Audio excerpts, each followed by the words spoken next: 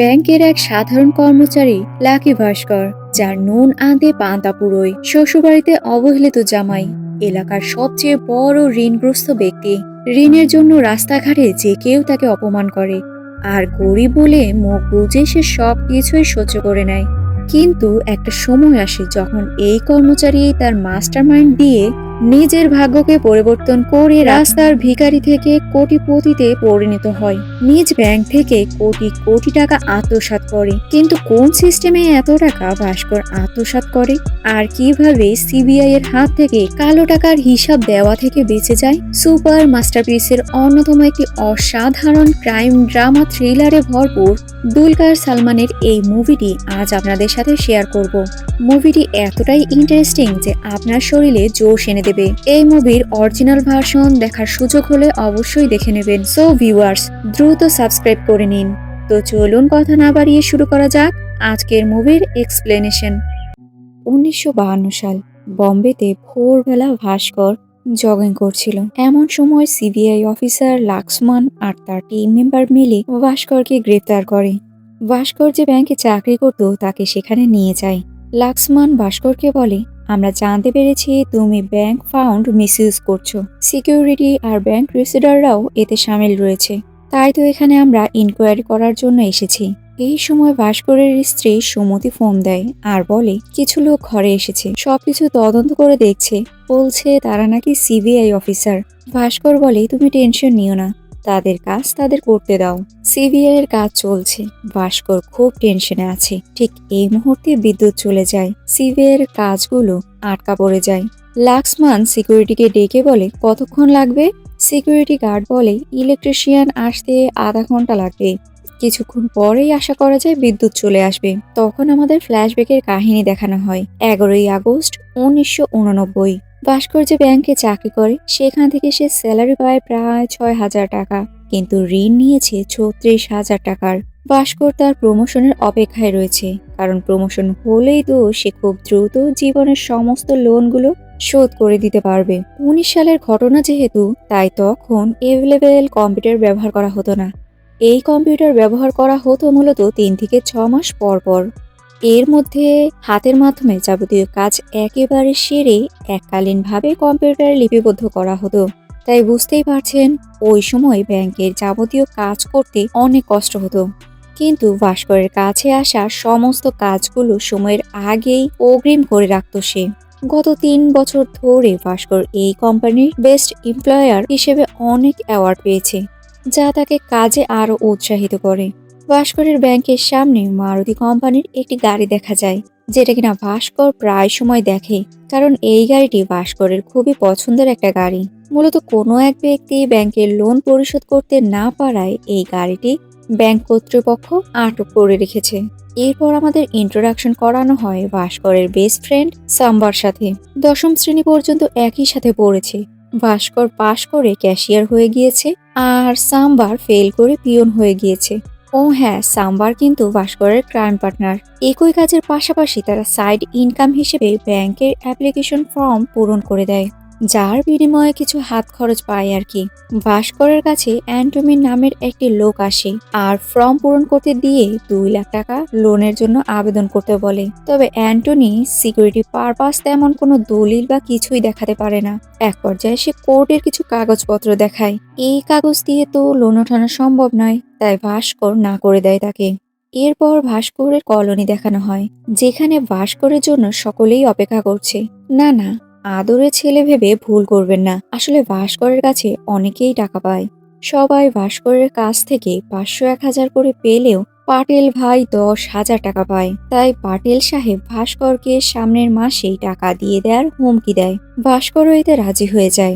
এরপর ভাস্কর তার বাড়িতে প্রবেশ করে, যেখানে তার ছোট ভাই ইঞ্জিনিয়ার হওয়ার জন্য প্রচুর চেষ্টা করছে। তার ছোট বোন টাইম পাস করার জন্য ডিগ্রি কলেজে ভর্তি হয়েছে, আর তার মা বেঁচে নেই। তবে তার বাবা অতীতে খুব বড় একজন সিএ ছিল।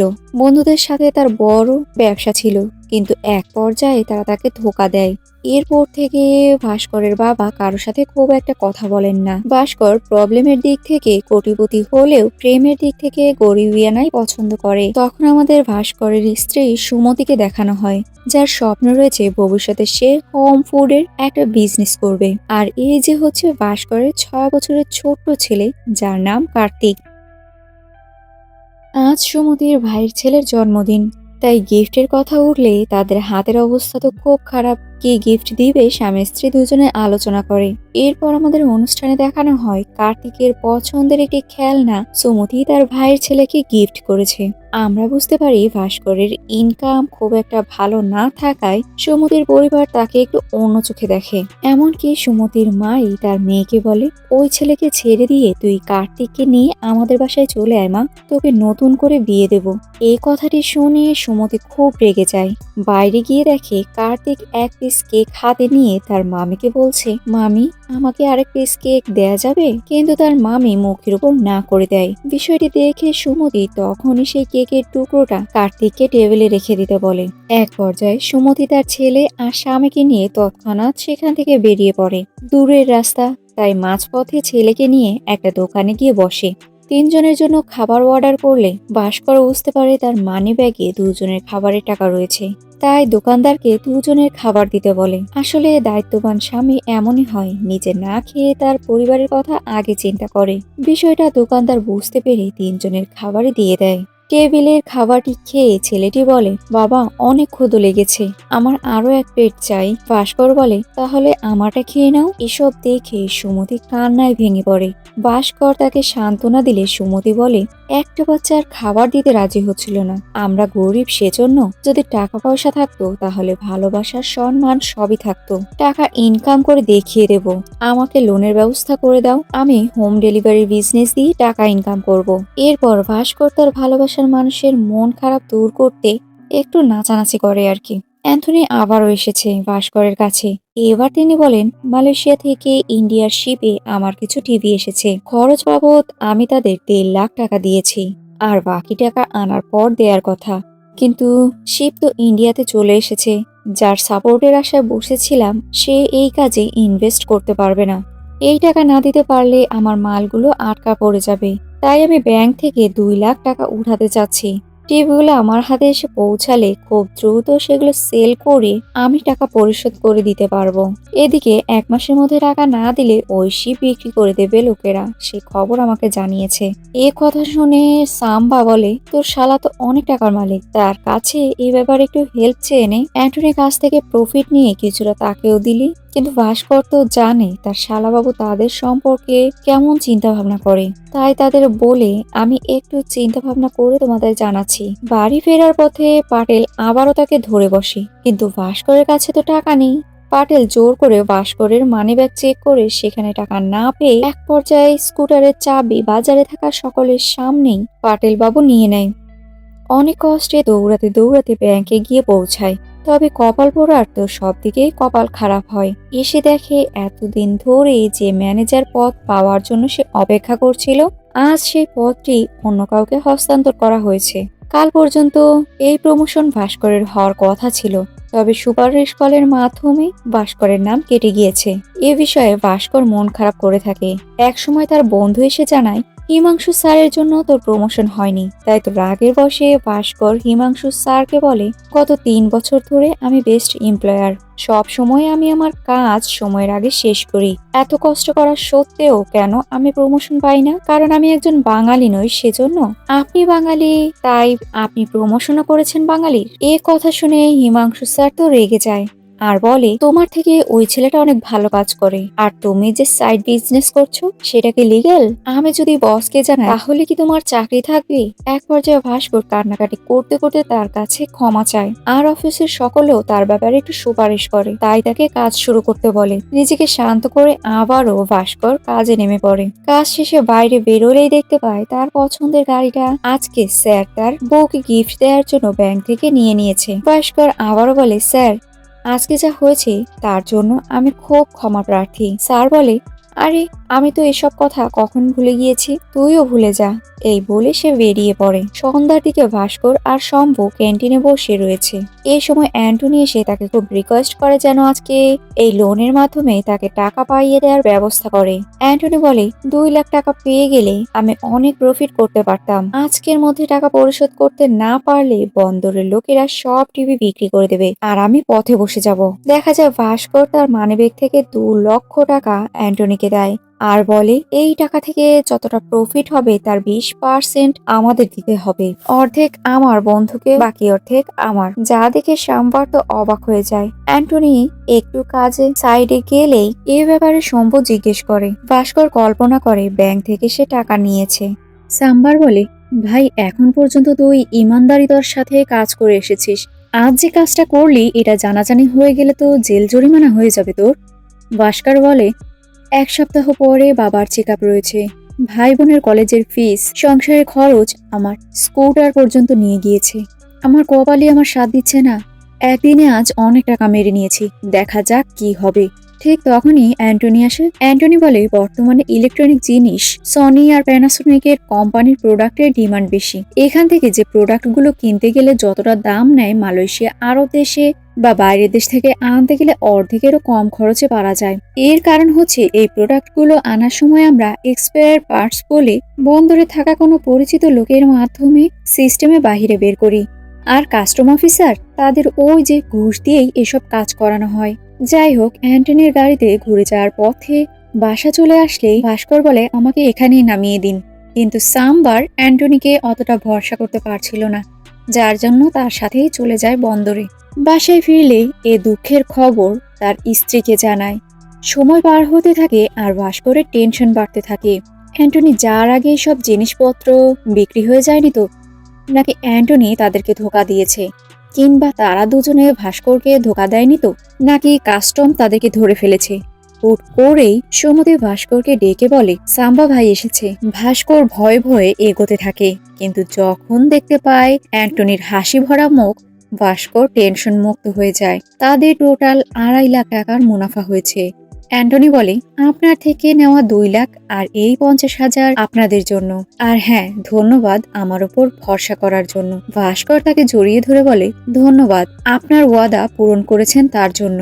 সেই রাতেই স্কুটার প্যাটেল সাহেবের কাছ থেকে ছাড়িয়ে নেয়। স্কুটার দেখে তার স্ত্রী জিজ্ঞেস করে, টাকা কিভাবে পেলে? তবে আমাদের এই পুরো ঘটনার প্ল্যান দেখানো হয়, যেখানে ভাস্কর পরদিন সকালে কেউ আসার আগেই টাকাটা ঠিকঠাক জায়গা মতো রেখে দেয়, আর রেজিস্টারে আগের দিন 2 লাখ টাকা কম এন্ট্রি করে পরের দিন 2 লাখ টাকা বেশি লিপিবদ্ধ করে ব্যালেন্স ঠিক রেখেছিল। যাক, তার এসব কাজ সম্পন্ন হওয়ার পর একটা শান্তির নিঃশ্বাস ছাড়ে। আর সিস্টেমে তাদের এই বিজনেস প্ল্যান চলতেই থাকে। আস্তে আস্তে ভাস্কর দেনা পাওনাগুলো পরিশোধ করতে শুরু করে। হ্যাঁ, এই হচ্ছে লাকি ভাস্কর, যার কপাল আস্তে আস্তে খুলতে শুরু করেছে। একদিন রাতে সুমতি রাগ করে বলতে থাকে, আমি ভেবেছিলাম প্রমোশন না হওয়াতে তুমি ভেঙে পড়বে, কিন্তু তুমি তো মদ খেতে শুরু করেছো, যা খুশি তাই কিনছো আর হ্যাপিও রয়েছো। এত টাকা কোথায় পাচ্ছ? ভাস্কর বলে, আসলে আমার বন্ধু অ্যান্টনি আছে না, ওর এক্সপোর্ট ইম্পোর্টের বিজনেস রয়েছে, সেখানে আমিও সামিল রয়েছি। ইনভেস্ট ব্যাংকের মাধ্যমে করেছি। এই কথা শুনে সুমতি ভাবে তার স্বামী হয়তো আরো একটি লোন নিয়েছে। এই ব্যবসার প্রফিট থেকে লোনও মিটিয়ে দিয়েছি আর এখন একটু একটু করে সবকিছু গড়ে তুলছি। এরপর খুশিতে সুমতি তাকে জড়িয়ে ধরে। ভাস্কর সুমতির হাতে অনেকগুলো টাকা দিয়ে তাকে গয়না কিনতে বলে। সুমতি বলে, সামনের সপ্তাহে কার্তিকের জন্মদিন, কেননা এবার ওর বন্ধুদের সাথে কার্তিকের জন্মদিন আমরা পালন করি। ভাস্কর রাজি হয়ে যায়। কার্তিকের জন্মদিনে পুরো কলোনি সাজিয়ে ফেলে, আর আয়োজন এতই সুন্দর ছিল যে সকলেই দেখে অবাক হয়ে যায়। সকলে বলাবলি করছিল, এত টাকা সে কিভাবে পেল। ভাস্কর কাউকে বলছিল অফিসে বোনাস পেয়েছে, আর অফিস কর্তৃপক্ষকে বলছিল কার্তিকের মামা এই আয়োজনের ব্যবস্থা করেছে। পার্টির শেষ মুহূর্তে অ্যান্টনি বলে, কিছুদিন পর আমি আমার ছেলের কাছে আমেরিকায় চলে যাব। যার আগে আমি একটা বড় ডিল করে যেতে চাই, যার জন্য প্রায় 10 লাখ টাকা লাগবে। এই 10 লাখ টাকার যত প্রফিট হবে আমরা সমান সমান ভাগ করে নেব। কিন্তু ভাস্কর বলে, 10 লাখ টাকার হিসাব এলোমেলো করা তো মুখের কথা নয়, তাই এটা পসিবল না। অ্যান্টনি বলে, আচ্ছা আমাকে জানিও। এই বলেই সে চলে যায়। ভাস্কর ঘরে ফিরে তার ছেলেকে জিজ্ঞেস করে, পার্টি কেমন হয়েছে? তুমি পার্টিতে এনজয় করেছো তো? তার ছেলে সব কথায় মাথা নাড়া ছিল কম্পিউটারের দিক তাকিয়ে। ভাস্কর এক পর্যায়ে তার কাছে গিয়ে তার চেয়ার ঘুরিয়ে দেয়। কার্তিক কান্না করতে করতে তার বাবাকে জড়িয়ে ধরে বলে, বাবা জানো, আমার বন্ধুরা সবসময় বলতো আমি আমার বন্ধুদের জন্মদিনের অনুষ্ঠানে যাই শুধুমাত্র কেক খাওয়ার জন্য। আমি কখনো তাদের তো দাওয়াত দেইনি, কিন্তু আজকের জন্মদিনের অনুষ্ঠানের পর আমার বন্ধুরা কেউ আর আমাকে এ কথা শোনাতে পারবে না। আমার আরেক বন্ধু তো সবসময় বলে, তুই আমাদের বাড়িতে আসলেই একটা টি শার্ট পরে আসিস, তোর বাবা মা কি তোকে অন্য কোনো জামা কাপড় কিনে দেয় না? আজকে আমার ড্রেস আপ দেখে তার মুখ বন্ধ হয়ে গিয়েছে। এই বলেই কান্না করতে করতে কার্তিক তার মাকে জড়িয়ে ধরে। আসলে আপনজনের খুশির জন্য যতদূর আপনি যাবেন, আপনার মনে হবে যেন এই কাজগুলো সঠিক কাজ। সেই রাতে ভাস্কর অ্যান্টনিকে ফোন দিয়ে বলে, টাকার ব্যবস্থা হয়ে যাবে, আপনি কাজ শুরু করে দিন। এতগুলো টাকা ছোট ব্যাগে তো হবে না, তাই ব্রিফকেস নিয়ে যায়। ব্রিফকেসের ব্যাপারে অফিসের লোক জিজ্ঞেস করলে তাকে বলে, বিকেলে শহরের বাইরে যেতে হবে, যার জন্য একেবারেই রেডি হয়ে বের হয়েছি। অফিসের কাজবাজ শুরু হয়। ভাস্কর সাম্বা অপেক্ষায় আছে কখন পুরো অফিস খালি হবে, কিন্তু আজকে নারায়ণ স্যার যেন অফিস থেকে নড়ছেই না। তাকে সরানোর জন্য ভাস্কর আর সাম্বা মিলে একটা প্ল্যান করে। এরপর সাম্বা নারায়ণ স্যারকে ফোন করে। এরপর সাম্বা ব্যাংকের ল্যান্ডলাইনে ফোন করে এবং নারায়ণ স্যারকে চায়। তিনি রিসিভ করলে তার সাথে তার মেয়ের বিয়ের ব্যাপারে অনেকক্ষণ ফাও পেঁচাল পারে। আর এদিকে ভাস্কর তার কাজ ক্লিয়ার করে ফেলে। এরপর টাকা নিয়ে বন্দরে গিয়ে বাহির থেকে আসা 3টি গাড়ি 10 লাখ টাকার বিনিময় তাদের আন্ডারে নিয়ে নেয়। আজ ভাগ্য তাদের সাথ দেয় না। একটা লোক এসে জানায় যার সাথে ডিল করবে তাকে পুলিশ ধরে নিয়ে গিয়েছে, যার জন্য চাইলে তারা 1 মাস পর এই গাড়ি ডিল করতে পারে। ব্যাস, ভাস্কর তো বিপদে পড়ে যায়, কারণ আজ শনিবার। তারা এই কাজ করেছে রবিবার বন্ধ, কিন্তু সোমবারের মধ্যে এই 10 লাখ টাকার তাদের ব্যবস্থা করতেই হবে। সাম্বা অনেকটা রেগে গিয়ে অ্যান্টনিকে অনেক কথা শোনায়। ভাস্কর এই পরিস্থিতিতে তাকে শান্ত থাকতে বলে, কেননা মুনাফার সময় তো তারা সকলেই একসাথে ছিল, তাহলে আজকে বিপদের দিনে কেন তারা ঠান্ডা মাথায় কাজ করবে না? ভাস্কর বলে, আচ্ছা, এক ডিলার ধরে নিয়ে গিয়েছে তো কি হয়েছে? বোম্বে, পুনে, পুরো রাজ্যে এই ডিলার কি শুধু একজনই? একটু চিন্তা করে দেখুন স্যার, এমন ডিলারের অন্য কারো কথা মনে পড়ে কিনা? 3টা ইম্পোর্টেড গাড়ি কেনার জন্য একজন ডিলারও কি মিলবে না? অনেক চিন্তা ভাবনা করে অবশেষে অ্যান্টনি একজনকে ফোন দেয় এবং ডিল কনফার্ম করে। তবে ডিলের জন্য তাদের যেতে হবে গোয়ার এক হোটেলে। ভাস্কর সুমিতিকে ফোন দিয়ে জানিয়ে দেয় তাকে ইমার্জেন্সি গোয়াতে যেতে হবে। এরপর তারা আরসি বুক আর গাড়ির নাম্বার প্লেটের ব্যবস্থা করে গোয়া যাওয়ার উদ্দেশ্যে রওনা করার জন্য। চেক পোস্টে তারা 3জনেই স্বাভাবিকভাবে পার করে, কিন্তু সাম্বা একটুর জন্য পুলিশ অফিসারকে ধাক্কা মারতে মারতে বেঁচে যায়। পুলিশ অফিসার রেগে তাকে নামতে বলে আর গাড়ির ড্রাইভিং লাইসেন্স চাই। দ্রুত ভাস্কর বেরিয়ে বলে, ও তো ভিআইপি গাড়ি, ভেতরে ভিআইপি রয়েছে। এরপর আমাদের কিছু নতুন মুখ দেখানো হয়। তারা নেমেই পুলিশকে হুমকি দিতে থাকে আর বলে, এখনই ফোন দাও, আমি সিএম কে ফোন দিচ্ছি, তোমার চাকরি নট করে দিচ্ছি। তাদের এই জোরাজোরি পুলিশের কিছুটা সন্দেহ হয়। আসলে এরা ছিল ভিক্ষুক। এই ভিক্ষুকদের সুন্দর করে সাজসজ্জা সাজিয়ে ভাস্কর নিয়ে এসেছে, কেননা নেম প্লেট সরকারি, অতএব ভিতরে ভিআইপি লোক থাকলে চেকপোস্ট ওভার করা তাদের জন্য সহজ হয়ে দাঁড়াবে। যখন ভিআইপি মানুষ দেখিয়েও কাজ হয় না, তখন পুলিশের মাথা ঘোরানোর জন্য একটা জলপরীকে বের করে। এ হচ্ছে বন্দরের সেরা ডান্সার। এক পর্যায়ে পুলিশদের তাদের কাছে মাফ চাওয়াতে বাধ্য করে। আর ভাস্কর বলে, আচ্ছা, বিষয়টা আমি হ্যান্ডেল করে নেব, তবে গোয়া চেকপোস্টে ফোন করে জানিয়ে দেবেন যেন আমাদের গাড়িগুলো তারা না আটকায়। ফোনের জন্য গোয়া চেকপোস্টে তো তাদের স্যালুট দিয়ে ছেড়ে দেয়। হোটেলে এসে তারা ডিল কনফার্ম করে, 20 লাখ টাকা প্রফিটও পেয়ে যায়। সেখান থেকে এক এক বান্ডিল এই ক্যারেক্টারদের হাতে তুলে দেয়। তারা তো অবাক হয়ে যায়, খুশিতে এক পর্যায়ে কোলাকুলি করে। পরদিন দেখা যায় অ্যান্টনি এয়ারপোর্টে এসেছে তার ছেলের দেশে যাওয়ার জন্য। তবে যাওয়ার আগে একটা নাম্বার দিয়ে ভাস্করকে বলে, কোনো প্রয়োজন হলে আমাকে ফোন করবে, আমি অবশ্যই চেষ্টা করব তোমাকে সাহায্য করার। এরপরে ভাস্কর বাসায় ফেরে এবং টাকাগুলো কয়েকটি স্থানে রেখে দেয়। সকালবেলা ব্যাংকে গিয়ে দেখে বাইরে পুলিশ দাঁড়িয়ে রয়েছে। ব্যাংকের মধ্যে ঢুকতেই এক ম্যাডাম বলে, তুমি এসেছো, তোমাকে কতবার ফোন করেছি, তোমার স্ত্রী বলল তুমি বাড়িতে ছিলে না। ভাস্কর বলে, একটা জরুরি কাজে আমার গোয়া যেতে হয়েছিল, আমি এখনই আসলাম ম্যাডাম। ম্যাডাম বলে, বড় স্ক্যাম হয়েছে, দেখা যাক কি হয়। ব্যাস, ভাস্কর তো টেনশনে পড়ে যায়। ভাস্করের চোখের সামনেই সকল অফিসার এবং পুলিশ অফিসার মিটিং করছে। হঠাৎ করেই তার দিকে তাকায়। ভাস্করের প্রাণ যেন উড়ে যায়, কিন্তু তখনই ব্যাংকের 2 স্যারকে পুলিশ ধরে নিয়ে যায় আর ম্যাডাম জানায় এই দুই স্যার ব্যাংকের লোন করার মাধ্যমে ক্লায়েন্টের কাছ থেকে প্রফিট নিত। এই বিষয়ে গত সপ্তাহে কেউ কমপ্লেন করেছিল। ভাস্কর দ্রুত তার সাথে চেয়ারে গিয়ে বসে। এমন সময় অফিসের বড় স্যার জিজ্ঞেস করে, এই ব্রিফকেসে কি? খোলো তো, আমি দেখতে চাই।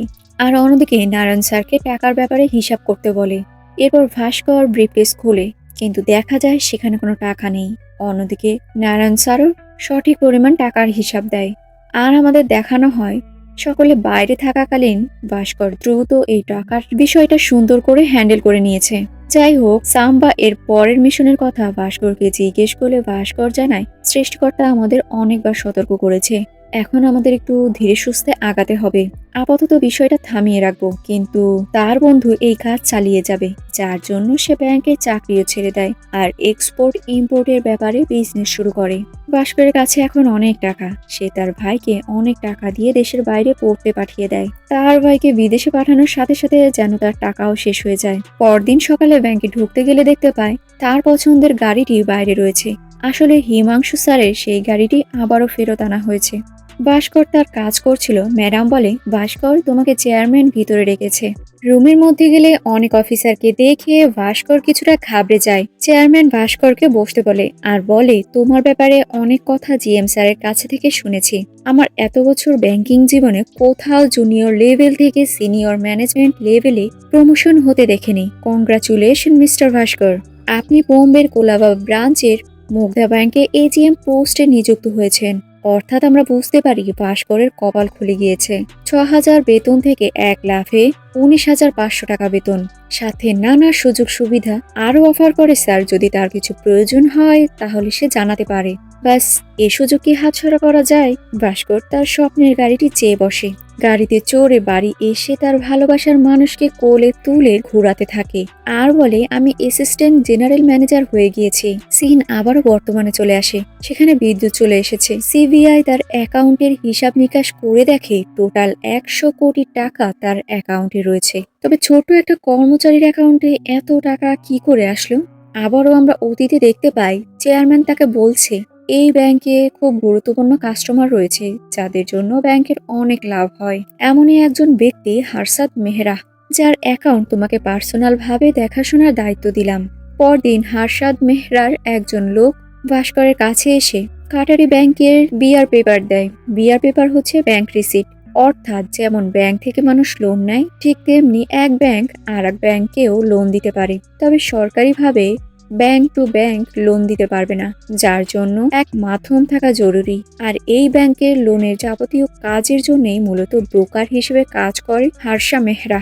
অর্থাৎ মুগ্ধা ব্যাংক হারসাকে লোন দেবে, হারসা কাটারি ব্যাংকে সেই লোন ট্রান্সফার করবে। লোন পরিশোধের বেলায়ও কাটারি ব্যাংক হারসাকে দেবে আর হারসা আবার ফেরত দেবে। আর এর জন্যই হারসাকে একটা কমিশন দেওয়া হয়। সবকিছু ঠিকঠাক দেখে ভাস্কর সই করে বলে, ২ সপ্তাহের মধ্যে এর ফিডব্যাক করে দিও। কৌতূহলবশত ভাস্কর হারসার ব্যাংক ট্রানজাকশন দেখছিল। তবে দেখা যায় তার ব্যাংক ট্রানজাকশন তো কোটি কোটি টাকার উপরে। ভালো করে তদন্ত করলে খেয়াল করে হারসাদ যে টাকা নিয়েছে সেই টাকা সে অন্য ব্যাংকে ট্রান্সফার করেনি, বরং নিজের কাছে রেখে দিয়েছে। আর মজার ব্যাপার হচ্ছে কাটারি ব্যাংক থেকেও হারসাদ একইভাবে লোন তুলেছে। তবে কথা হচ্ছে দুই ব্যাংক থেকেই সিস্টেমে লোন নিয়ে হারসাদ এত টাকা দিয়ে কি করছে। কয়েকদিন পর দেখা যায় হারসাদ ব্যাংক থেকে নেওয়া সকল টাকা সময় মতো ফেরত দিয়ে দেয়। ভাস্করের নজর যখন পড়েছে, ভালো করে তদন্ত করে আসল খবর তো সে জেনে নেবেই। একদিন এক ব্যক্তির কাছ থেকে জানা যায় হারসা দুই ব্যাংক থেকে টাকা তুলে শেয়ার মার্কেটে ইনভেস্ট করে, যার জন্য শেয়ার মার্কেটের দাম একেবারেই কমে যায়। কোনো এক কোম্পানি এই সুযোগে শেয়ার মার্কেটের সব কিনে নেয় কম দামের মধ্যে। এরপর সুযোগ বুঝে যখন তার স্টকের দাম বেড়ে যায়, তখন সমস্ত ব্যক্তিদের সেই কোম্পানির পণ্য কিনতে ইনভাইট করে। পাম্পটি দেওয়ার পর সকলেই যখন ইনভেস্ট করে, তখন কোম্পানির প্রাইস বেড়ে যায়। আর ঠিক সেই মুহূর্তেই হারসা তার স্টক সেল করে দেয়। এরপর নিজের লাভের অংশ রেখে ব্যাংকের লোন পরিশোধ করে।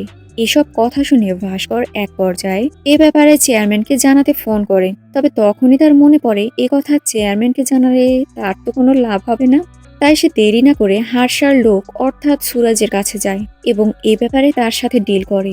এই কাজের জন্য ভাস্করকে প্রফিট দিতে হবে। প্রতিবার বিয়ার নেয়ার সময় তাকে প্রফিট দিতে হবে। শেয়ার কিনতে গেলেও ভাস্করকে জানাতে হবে, যাতে সেও সেখান থেকে শেয়ার কিনে সেল করতে পারে।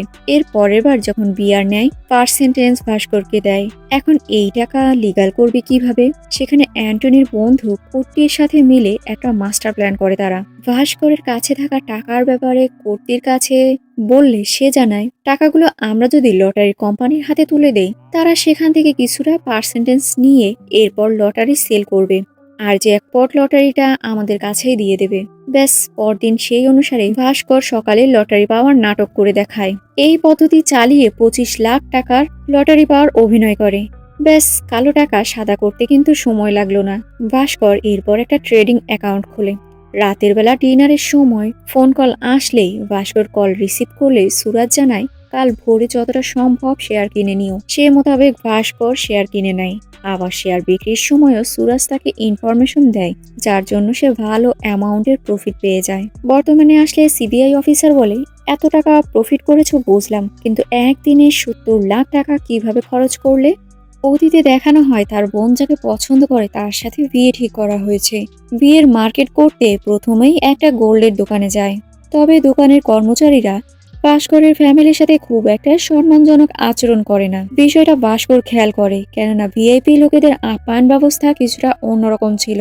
তাই ভাস্কর তার টাকার পাওয়ারের মাধ্যমে সেই গেটআপে খুব ভালো মানের ব্র্যান্ডের একটা গাড়ি কিনে সেই দোকানেই এন্ট্রি নেয় এবং সম্মানের সহিত আতিথ্যায়ন পায়। ভাস্করের এই জিনিসগুলো ভালোই লাগছিল। ভাস্কর বলে, এই তো ইন্ডিয়া, জিনিস কিনতে গেলে টাকা দেখানো জরুরি, তবে সম্মান কিনতে গেলে টাকার রূপ দেখানো জরুরি। ব্যাস, এভাবেই খুব সুন্দর করে ভাস্করের জীবন চলতে থাকে। একদিন কুটির বলে 3 মাসের ভেতর 2বার লটারি পেয়েছে, এই কথায় ইনকাম ট্যাক্সের লোকেরা ঝামেলা করতে পারে। নতুন পদ্ধতি বের করতে হবে। তা হচ্ছে, দেশে অনেক লোক রয়েছে যারা বাহিরের দেশের কোম্পানিতে আমাদের টাকা নিয়ে ডিপোজিট করে দেবে, তবে এর জন্য একটা প্রাইভেট লিমিটেড কোম্পানির প্রয়োজন। এই প্ল্যানিং কাজে লাগিয়ে সুমতিকে একটা হোম ডেলিভারির কোম্পানি খুলে দেয়, যার কাগজপাতিতে অনেক মিথ্যা তথ্য ছিল। এর খরচ অনেক বেশি দেখায়। ধীরে ধীরে আবারও এ পদ্ধতিতে কালো টাকা সাদা করতে থাকে। তবে টাকার পরিমাণ বেশি হওয়ায় ভাস্করের অহংকারও বাড়তে শুরু করেছে। তার নানা কথায় অন্য সকলে মনে আঘাত পেতে শুরু হয়। সুমিতা সেই পুরনো ভালোবাসার মানুষটি যেন কোথায় হারিয়ে গিয়েছে। তার টাকার এতটাই অহংকার এসে গিয়েছে যে সবকিছুই টাকা দিয়ে বিচার বিবেচনা করে। ভাস্করের ব্যবহারে যেন অমানুষের একটা ছাপ সুমতি খুঁজে পায়। এই নিয়ে তাদের মধ্যে একটু মন কষাকষিও হয়। বর্তমানে দেখা যায় এসব গল্প শুনে সিবিআই অফিসাররাও মজায় জমে গিয়েছে। অফিসার জিজ্ঞেস করে, আচ্ছা, সুমতির প্রাইভেট লিমিটেড কবে বন্ধ করে দিলে? ভাস্কর কল্পনা করে কাটারি ব্যাংকের ম্যানেজার তার কাছে একদিন আসে এবং বিয়ারের ব্যাপারে তারা দুজনে কথাবার্তা বলে। কথায় কথায় ভাস্কর বলে, হারসাদের কাছ থেকে 90 কোটি টাকা বিয়ার আসা এখনো বাকি রয়ে গিয়েছে। এগুলোর হিসাবে মেলাতে পারছি না, কিন্তু সে আরো কিছু টাকা চাচ্ছে। এই কথা শুনে ম্যানেজার চমকে ওঠে, কেননা সে 1 কোটি টাকার বেশি হারসাদকে কখনোই দেয়নি। কিন্তু কাগজপত্র তো ম্যানেজারের সই রয়েছে। ম্যানেজার ভালো করে দেখে এটা তার সই নয়। ব্যাস, দুজনেই বিপদে পড়ে যায়। কেননা এই কাজের ব্যাপারে যখনই হারসাদ টাকা না দেবে, তদন্তের শুরুতেই ম্যানেজার এবং ভাস্করের নাম প্রথমেই উঠে আসবে। তার মানে এর জন্য তাদের জেলও খাটতে হতে পারে। অতিরিক্ত টেনশনের চাপে ম্যানেজার সেখানেই হার্ট অ্যাটাক করে মৃত্যুবরণ করে। এই মুহূর্তে সুরাজ চলে আসলে ভাস্কর তাকে হুমকি দেয় যত দ্রুত সম্ভব টাকা পরিশোধ করতে, তা না হলে সে কাউকে ছাড়বে না। অন্যদিকে ভাস্করের বন্ধু সাম্বা জেলখানায় বন্দী রয়েছে। ভাস্কর তার জামিন করিয়ে দেয়। পরের দিন দেখা যায় ভাস্করের কাছে তার শালাবাবু সাহায্য চাইতে এসেছে কিছু টাকার জন্য। আর এদিকে ভাস্করের শাশুড়ি তার ছেলের জন্য টাকা তো চায়, তবে ইনিয়ে বিনিয়ে আবারও ভাস্করকে ছোট করে কথা বলে, যা সুমিতার সহ্য হয়নি। তাই সে সেখান থেকে বেরিয়ে আসতে চাইলে তার মা বলে, টাকার অহংকার তো তোর, হোম ডেলিভারির বিজনেস আইডিয়া তো তোকে আমিই দিয়েছিলাম। এ কথায় রাগে সুমিতা হোটেলে গিয়ে অনেক ভাঙচুর করে। আর ভাস্করকে এসে বলে, আমার রাগ হচ্ছে তুমি বদলে গিয়েছো, আমি আমার পুরনো জীবন ফেরত পেতে চাই, পুরনো ভাস্করকে ফেরত পেতে চাই। বাড়ি ফেরার পর এসব ঝামেলা দেখে এতদিন পর ভাস্করের বাবা তার সাথে কথা বলতে আলাদা একটা রুমে একত্রিত হয়। ভাস্করের বাবা বলে, তোমার সব কাগজপাতি দেখে তো আমার মনে হচ্ছে না এগুলো সত্যি। আমার কাছে সবটা খুলে বলো। ভাস্কর তাকে সবটা খুলে বলে। বাবা অনেক কথাই বলে তার ছেলেকে বোঝায়, তবে শেষে একটা কথা বলে, সেটা হচ্ছে আমরা পরিবারের জন্য শুরু তো করি, কিন্তু কপাল দোষে অনেক সময় নিজেদের পরিবারকেই আমরা হারিয়ে ফেলি। ভাস্করের বিষয়টা মাথায় ঢুকে যায়। তার মধ্যে থাকা অসৎ জিনিসগুলো আস্তে আস্তে সরে যেতে থাকে। সে তার অবৈধ পয়সা বাদ দিয়ে সৎভাবে বেঁচে থাকার লড়াই শুরু করে। ভাস্কর, তার শালাবাবু আর সাম্বা মিলে নতুন একটা বিজনেস শুরু করে। ভাস্কর যাদের সাথে খারাপ ব্যবহার করেছিল তাদের সাথে আবারও ক্ষমা চেয়ে সম্পর্ক ঠিকঠাক করে নিতে শুরু করে। এদিকে জিএম স্যার ভাস্করকে ডেকে জিজ্ঞেস করে, হার্ষাদের বিয়ার কেন তুমি একসেপ্ট করনি? ভাস্কর বলে, তাদের কাছে এখনো আমরা 90 কোটি টাকা পাই, তারা তো তা পরিশোধ করেনি। কিন্তু তারপরও জিএম স্যার তাকে টাকা দেওয়ার জন্য প্রচুর জোর করে। এক পর্যায়ে রাগে ভাস্কর রিজাইন লেটার জমা দিয়ে সেখান থেকে বেরিয়ে পড়ে। তার 2 দিন পরেই ভাস্করকে সিবিআই অফিসাররা আটক করে। যাই হোক, বর্তমানে অফিসার ভাস্করকে বলে, এত টাকার হিসাব আমি যদি অফিসে জানাই তাহলে তোমাকে জেল খাটতে হবে। এর থেকে মুক্তির তোমার উপায় হচ্ছে একটাই, তুমি এই সব টাকা হার্ষাদের নামে ট্রান্সফার করো। অর্থাৎ বোঝাই যাচ্ছে সিবিআই অফিসার, হার্ষাদ, জিএম স্যার, এমনকি ব্যাংক চেয়ারম্যানও একই সাথে যুক্ত রয়েছে। কি আর করার, কোনো উপায় না পেয়ে ফ্যামিলির ভালোর জন্য ভাস্কর এই টাকা হার্ষাদের নামে চেক দিয়ে দেয়। ভাস্কর অতীতে যেমন ছিল ঠিক তেমনি আগের অবস্থানে চলে যায়। পরের দিন জিএম স্যার কম্পিউটারে টাকা ট্রান্সফার করতে গেলে দেখতে পায় ভাস্করের অ্যাকাউন্ট টোটাল ফাঁকা। আসলে ভাস্কর তার অ্যাকাউন্ট থেকে টাকা ট্রান্সফার আরো 10 দিন আগে করে ফেলেছে। বর্তমানে তার অ্যাকাউন্ট ডিঅ্যাক্টিভেট রয়েছে। কম্পিউটারে মাসিক হিসাব কমপ্লিট না হওয়ায় এখনো ভাস্করের অ্যাকাউন্ট অ্যাক্টিভ দেখাচ্ছে। তখন দেখা যায় ভাস্কর আর তার ফ্যামিলি প্লেনে করে কোথাও যাচ্ছে, আর আমরা ফ্ল্যাশব্যাকে দেখতে পাই ভাস্করের বাবা বলছে, তুমি যতই চালাকির সাথে কাজ করো না কেন, কোনো না কোনো দিন অবশ্যই ইনকাম ট্যাক্সের লোকেদের কাছে তুমি ধরা পড়ে যাবে। সবচেয়ে ভালো হবে তুমি অন্য কোনো দেশে গিয়ে একটা বাড়ি কিনে নাও, সেখানেই স্থায়ী হয়ে যাও। ভাস্কর তাই করে, তবে যাওয়ার আগে ব্যাংকের জিএম, ম্যানেজার, চেয়ারম্যানের নামে পুলিশের হাই লেভেলের কাছে রিপোর্ট করে যায়, যার কারণে তাদেরকে আটক করা হয়। আর ভাস্কর দিব্যি খুব একটা ভালো লাইফ লিড করতে থাকে বিদেশের দেশে। সো ভিউয়ার্স, ভুল ত্রুটি ক্ষমার চোখে দেখবেন। আর ভালো লাগলে লাইক, কমেন্ট, শেয়ার, সাবস্ক্রাইব করবেন। ধন্যবাদ।